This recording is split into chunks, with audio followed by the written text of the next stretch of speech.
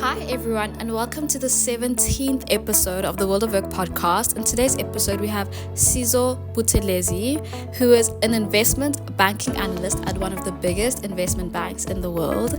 I hope that you enjoyed today's episode and that you learned something from it.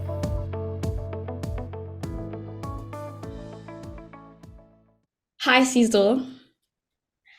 So Sizo did a business science, finance, and accounting at UCT. At his time there, he was also an ABSIP subcommittee trading member and the chairperson of ABSIP. He was also an InvestSoc subcommittee member. He was a finance tutor. He interned at BCG, at First Rand, and at Citi. And he's also an Alan Gray Fellow. He is currently working at a top 3 international investment bank and financial services company that everybody here knows of and probably dreams to work at.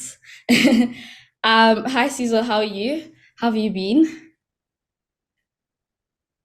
Hi, Shubina. Good to be with you today. I am great and happy to speak to you and the rest of the platform. That is amazing. How was your time at UCT? How would you describe it? I would say, yeah, UCT is a very difficult place. Coming in EI, first, I think everyone that usually gets into UCT is relatively smart. And then, you get hit with like your first 30-20% mark. It's like a big wake-up call that what needs to get done. But I think it's a very good platform, which opened me up to a whole bunch of opportunities that I don't think I would have got if I went to any other university. Met a lot of great people, did quite a bit of networking as well, and got a lot of exposure to different career interests. But overall, I think it's a very rewarding experience to go through, ultimately, yeah. And what are you really glad that you did when you were there? Like, what do you thank your past self for now that you did when you were there?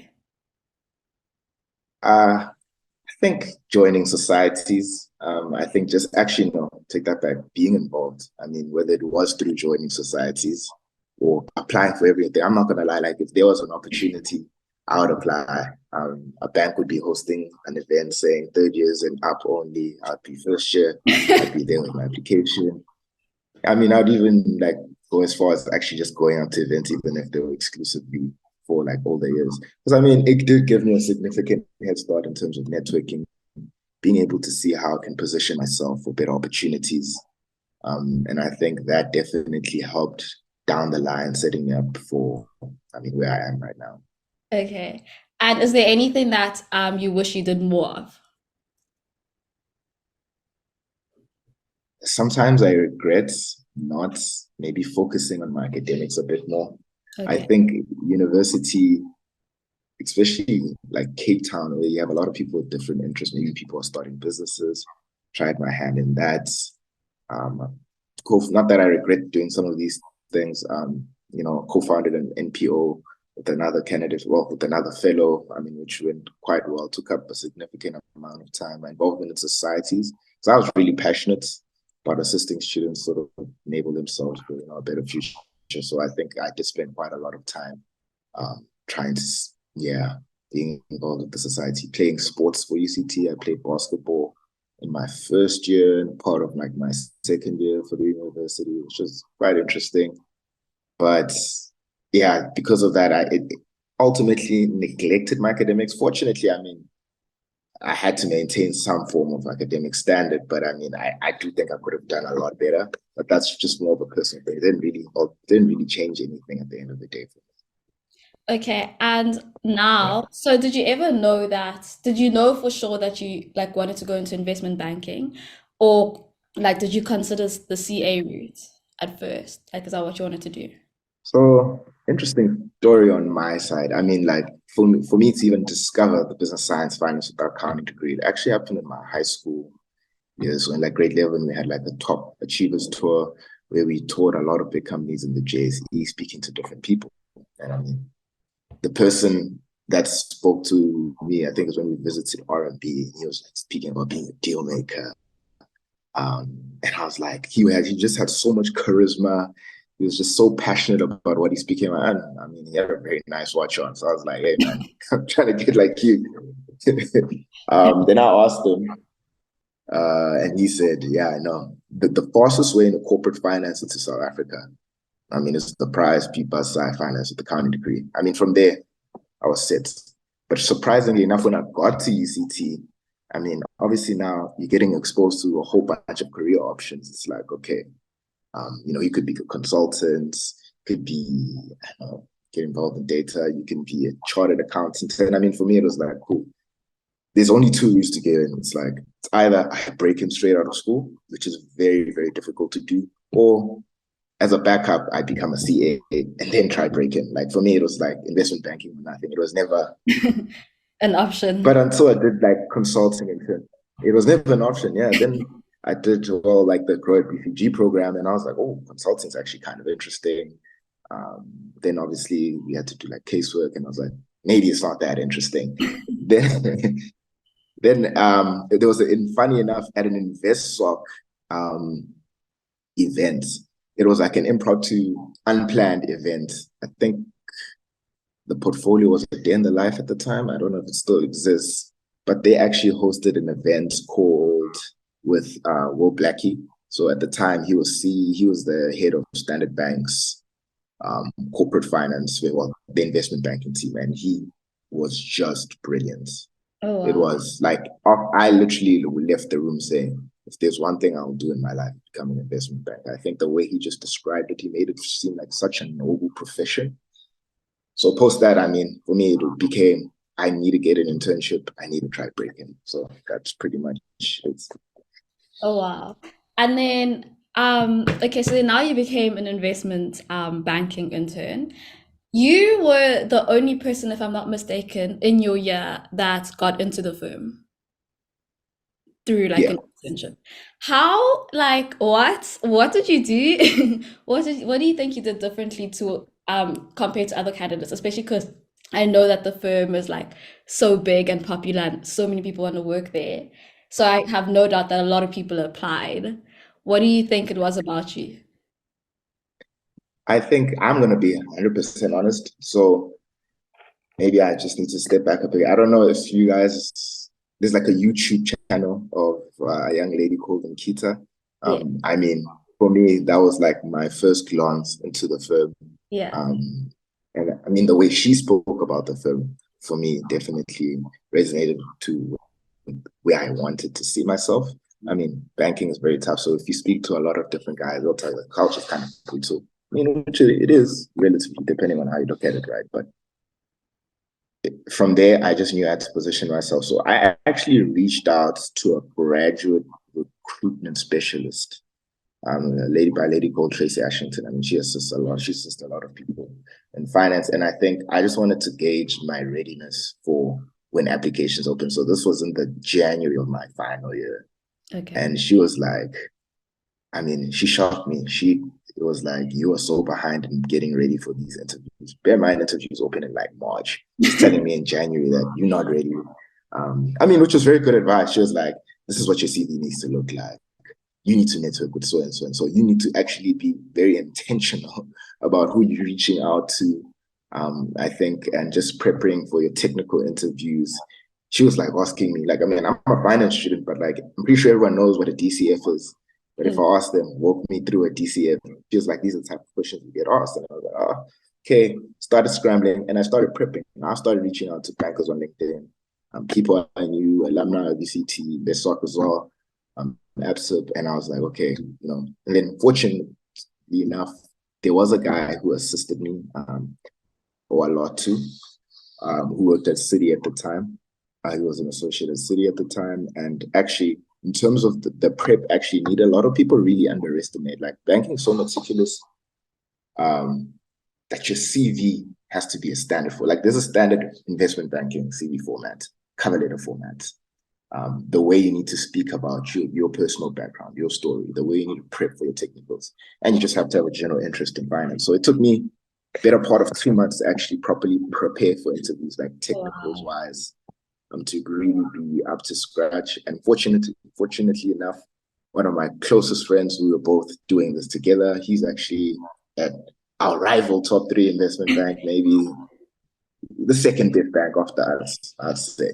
But I mean, yeah, that sort of prep really, really set us apart, because maybe you would think that everyone that's maybe coming first in your class would get all the opportunities. But I mean, if interview readiness matters, obviously class academic performance matters, being a holistic individual matters, but I think that being intentional, really understanding why you want to do corporate finance, really understanding what's needed to get there, really trying to get internships, because I think that main thing that really did set me out is that I actually had an internship at an investment. I mean, the other ones helped though, but like it's that experience of knowing actually what is done in a day-to-day. That was very intense. Mm. And you said the other day that you weren't in Golden Key for like the last 2 years of your degree, or Dean's List, one of the two. 3 years. The last 3 years. I only really did well in my. I only really did well in my first year. Not even really well. I just scraped that doing well, because I mean it was like done accounting before, done this before, and I Yeah. mean I wouldn't say it was due to academic ineptitude. It was more I was just busy with other stuff. I mean, Yeah. like school. What school? I did school because I mean I was on Ellen Gray, so there were certain academic requirements that I needed, and I always knew that hey, all these firms, if you can hit above 65% average, it really doesn't matter, because I mean I was really, really doing well in other aspects of my life as well. But I mean, obviously, finance courses are doing very well. I mean, it's not to discount, you still have to do well, and I think the courses that would test your competency for the job. So even your accounting, I mean, I love that thing, but you know, you ultimately had to do all to show, because those are actual skills that you do apply in your everyday job. You might be laughing at corporate governance now, but yeah, it really saves your life quite a bit when you're dealing with quite some of the stuff that you have to do on a day to day. But yeah, I not to discount, academic performance definitely sets you apart. Like I will be very honest on this platform. I mean, the higher the marks you can get, the better, because Yeah. I mean that's literally one of the first things people like screen for, I think, across all firms. So like, let's not discount that. But I do think it is very important to be holistic. Okay, because that's what I was gonna get to. It's like you didn't have like you did well, but you didn't have like the best academic performance. Like you weren't on Golden Key, you weren't on the Dean's List for the last 3 years of your degree, but you still managed to get into a bank, and the only person who managed to get into it last year, in your year. So there's something to be said about like having like a holistic CV. No, no, definitely, definitely. Okay, and then I just want to But go. I think, No, yeah, continue, listen, continue. yeah, no, I think like, yeah, no, the academic performance isn't, because I think like, just to caveat, like banking is very, it requires you to learn a lot of concepts very quickly. So you will be learning as you're doing. Um, so I think the reason why academic performance is important, it just shows your ability to grasp concepts. I Mm. mean, I think that is like the primary reason, because I think it's not just like a thing that's thrown around where it's like a job anyone can do. I mean, it's a job I wouldn't say anyone could do, because it does require you to be, yeah, relatively smart and able to, because a lot of the topics that you deal with on a day-to-day are quite complex. But I mean, that's why, yeah, I'm just trying to stress that point that guys like, yeah, do well at school, Okay. especially in your earlier years if you can as well. I think this is mainly directed to people, because people think they can pull up their socks in their third Then and final year, and last that's when like school's really hard. Yeah. Yeah, so yeah. Okay. And then you mentioned, I'd just like to go back to when you mentioned that you had like there's a CV, there's a specific format for investment for people who want to go into investment banking. What is it? Where can people find it? Like where can people who want to go into investment banking find this format? Or would you I mean, I can share platforms that I definitely used that really made a massive difference for me. okay. First one being Wall Street Oasis. I think WSO. I mean, that was like my go-to for everything, like cover letters, just even finding out, because it's like a forum where you have like investment banking analysts, you have actual university students like speaking literally every day. There's like thousands and thousands of threads on that page, like speaking about the culture. Obviously, it's mainly US and UK focused, but I mean, UK and SA similarities in hiring is basically the same process, type of work you do, what's needed to break in. give a lot of tips, but they have their own standard formats, which basically aligns with what I used. That definitely helped. And another resource, I mean, obviously, other than the CV resources in the cover, they even tell you how to write a cover letter. They give you an example of cover letters. They give you examples of CVs. So, I mean, like that would be like the first thing I would say people get right. Because I mean, one thing where people really actually lose out, it's crazy enough, is formatting. I mean, because people have the wrong formats, they actually don't check the CVs for mistakes. They have a whole lot of unnecessary information. I think it becomes quite difficult now if you're writing a cover letter, because obviously if you're applying to multiple firms, you really need to make sure your application is focused on one firm. So like you might forget to change the name when you maybe you're applying to a standard bank and maybe you're trying to apply to a city bank. So, people just need to be careful about stuff like that. Very, very careful, because I mean, bankers, I say, are very pedantic. Like someone will notice a double space on your CV, like seconds. So you really need to understand the extent to which you really need to make sure that, all your documents are in order. And then would you recommend that people also try to speak to a graduate recruitment specialist or like a person that you spoke to? That was, for me, it was because my third year, it was a bit panicky because there were no internships, right? I mean, it was COVID. It was like full lockdown. Like there were no opportunities. I'm like super, super grateful. I was born a year later because there were basically no opportunities to break into banking in 2020. Like that, it was actually quite horrendous. So I think for me, it was like, okay, there was a little bit of panic because at that point in life, I was starting to like, okay, I actually might have to do PGDA. I might actually have to become a child. And I think there's nothing wrong with it, but for me, it was just never in my side. So I panicked. But I think the best step to take is to actually speak to a banker at a firm. Preferably the firm you want to be at, but I think speak to as many different people, as many different firms as you can early before applications open. Because no, it's just the point, because it's like, okay, now you're only speaking to us. It shows that you're super, super intentional. Like someone that reaches out to you maybe 2-3 months, maybe, and you try maybe reach out to them again, like as a reminder to say, hey, keep me front of mind when you guys are going through CVs. It makes a significant difference, because by the time applications open, everyone's reaching out to you on your LinkedIn. Now you're swarmed.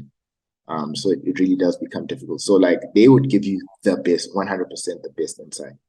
You reach out to someone in the firm, it's good to reach out to HR, but like at a firm, and people are very responsive if you like kind of calm and you maybe give yourself a week to expect a response, because guys really check.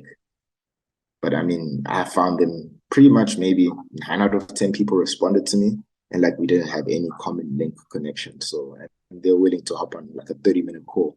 Oh, wow. So long as you know what specifically you want. Like it's like phrasing, hey, know you work at so and so firm, for example. Really interested to learn a bit more about your firm. Maybe drop 1 or 2 things you do find interesting that you found that okay, this person did a little bit of research and I want to speak about 1, 2, 3. Is it fine if you set up some time over the next 2-3 weeks just to chat through? And I mean, for me, that was like, that pretty much got me all the conversations I needed, and you're literally able to pick out something about the firm, maybe you can even throw in, what should I expect when I get interviewed by that person? Maybe you just try to be cheeky a bit. Some people tell you, some people don't, but I mean, it's worth reaching out, right? Okay. And let's move on to now your internship last year. Were you expecting anything? Like what was like your expectation versus like your reality? I did an internship in my final year. I can disclose this, but I did mine at Citibank. It's a 3-week long internship in July, winter internship, and like two guys got in. So I was in with another young gentleman. And that was more of like a simulated experience. Not simulated, but it was like, okay, my first taste of banking. And that thing was hard. I was sleeping at 1 every day. I was like, I don't know. But it was so exciting. It was like, it was thrilling. I think like I'm an adrenaline junkie, but who would think that numbers would give someone adrenaline? So it was like, for me, it was like, oh, because they actually staffed me on a live deal. So for me, it was like, whoa. that is like crazy. So I got to see things. You're on calls with CEOs, CFOs, and it would be like 5 of you on a call. And he's like, oh, that is the CEO of so and so. He's like, hey, and he's like talking to you, while you're waiting for the meeting to start. So for me, it was like, okay, this type of exposure, I'm not getting it anywhere else. So the internship program was more of a grad program, I guess, because it leads into a full-time thing. It wasn't like there was a chance, maybe there was, I wasn't going to get hired, but I mean, because they only take one like every 2 years, it's kind of implied that it builds in, because other firms have direct analyst programs. I mean, which is good, but then it does low-key put you at a disadvantage, because when you get ranked and assessed, you get ranked and assessed against your peers in London. So like directly. So you guys literally get ranked as analysts when it comes to things like comp. So I mean, for me, now gonna get ranked against people who just started. I mean, comp-wise, I'm definitely gonna be at the top of my class until the end of my analyst program. So it's like it did help bridge the gap. And I mean, I think that formal internships are a lot harder because I mean you're just doing the role of an analyst without the title. So it was like, I mean, it's good because you get a whole bunch of responsibility. And I would say, I mean, relative to other firms, I had a lot more responsibility than some of my peers at other firms. I mean, we could all debate, because everyone's gonna have their own piece on that. But I mean, you do a lot. They reprimand you the same. Expectations are very, very high. I think that's something I discounted. I mean, obviously not to say where in terms of the standard wasn't like super high, but like, and what we're saying, it's like it's 100% a non-negotiable. So it took me a while to really understand that the quality of work that I do. So like, to make an example, to do the work takes you as long.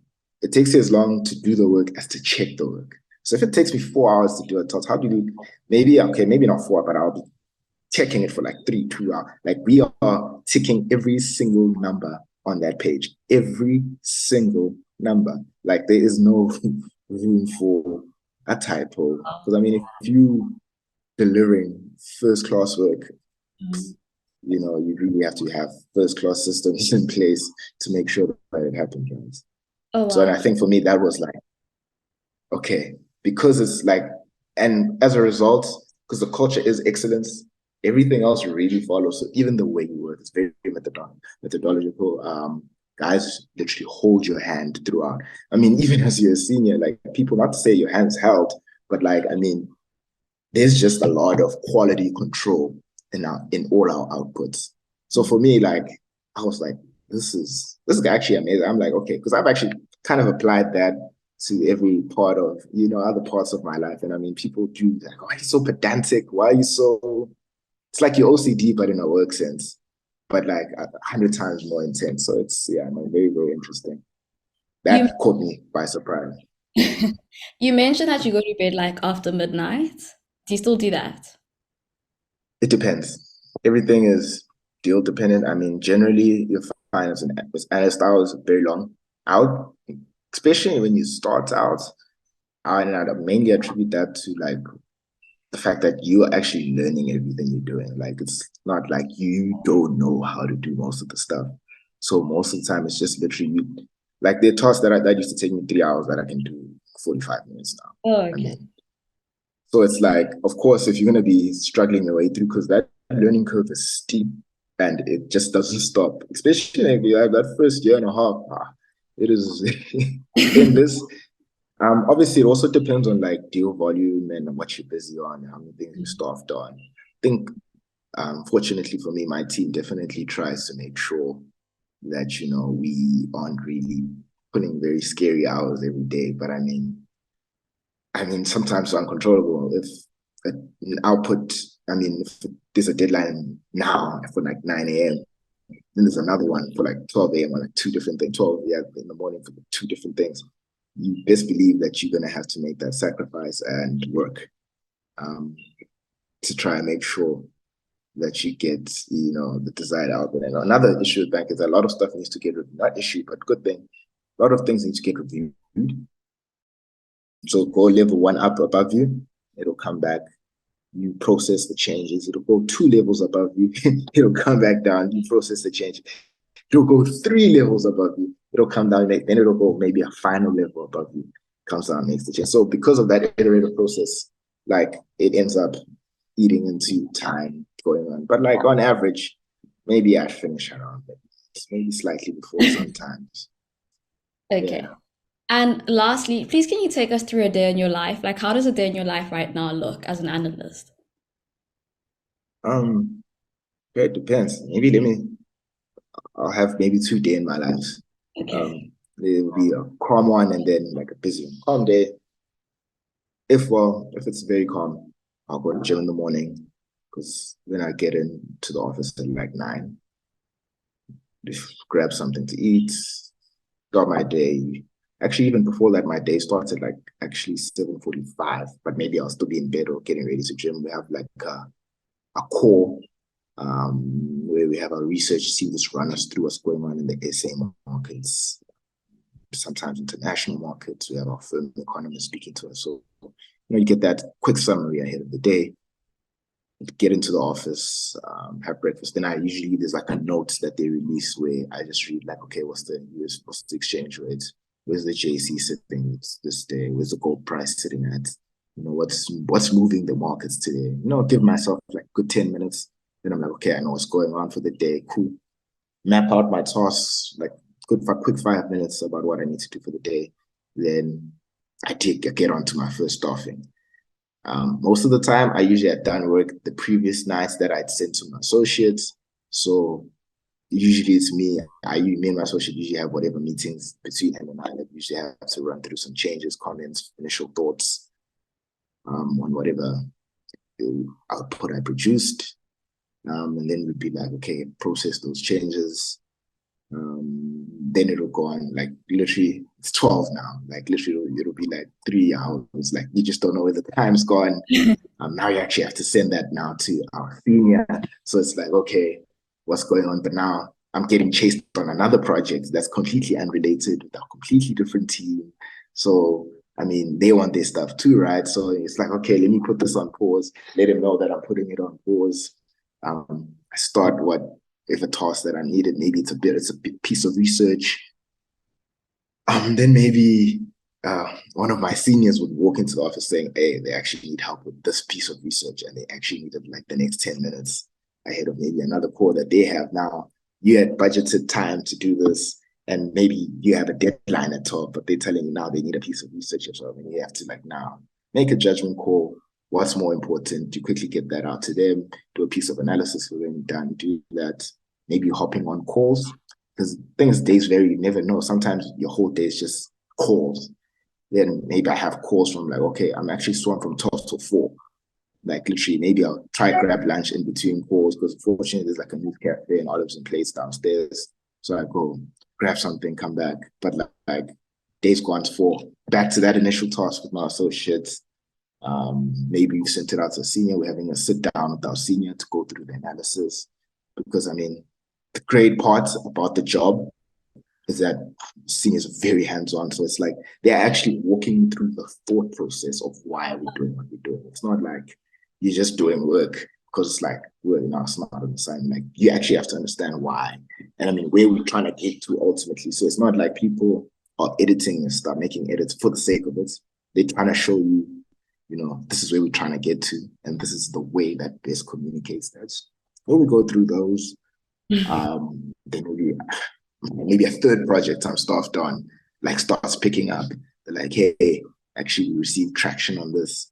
Can we hop onto a call?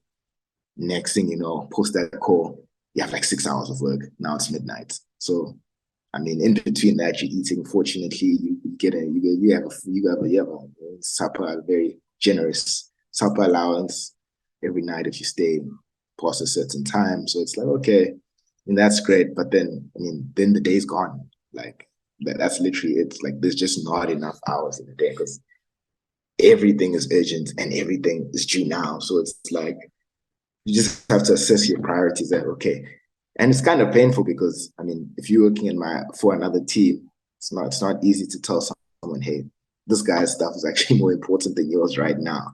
Because I mean, your have 24 hours in a day. So it's like, hey, if you can't get this out, get this to me now. When are you going to do it? Because a lot of timelines are actually dependent on an analyst because they like the first layer of work. And I mean, if that foundation is not set for the whatever work product that big gets done, they seniors can't really edit it because they are a lot more light touch. The higher you go, say they don't really make direct edits in documents. They'll tell you what needs to change and you need to change it. So you would actually do all the physical processing, the change in analysis, the modeling. So it's like, okay. So I think that is literally, they maybe make days vary. Maybe you have calls the whole day. Maybe you have client calls. You have internal calls. You have internal office, like SA office calls. So I think it depends. No day is ever the same. I can tell you, like, I don't know what my day is gonna. I more or less know what my day is gonna have, but like how it's gonna end up, never really know. It's like I know on a Wednesday whether I'm gonna have weekend work. That's how investment banking Wow. really is. Okay. Yeah. Yeah. Oh, wow. Okay. Thank you so much for taking the time out of your morning to speak to us. I really, really appreciate it, and I have no doubt that society is going to benefit from this. And I'm wishing you all the best for your career going forward. I know that it's going to be an amazing one, and I can't wait to see it. Thank you very much for allowing me to be on your platform. Yeah, I wish well for everybody, actually. I mean, maybe investment banking isn't the route you want to take, maybe it is. But I do think, a society like InvestSoc it definitely opens up a lot of doors, a ton of doors. But yeah, you guys should really follow their page and take that. You guys still do Career Mondays, right? Yes. Where you guys send out, exactly. Yeah. I mean, that for me, game changer. That's where I found out about everything. And apply as things open, guys, not at the end, please. Yeah. Only word of advice from me.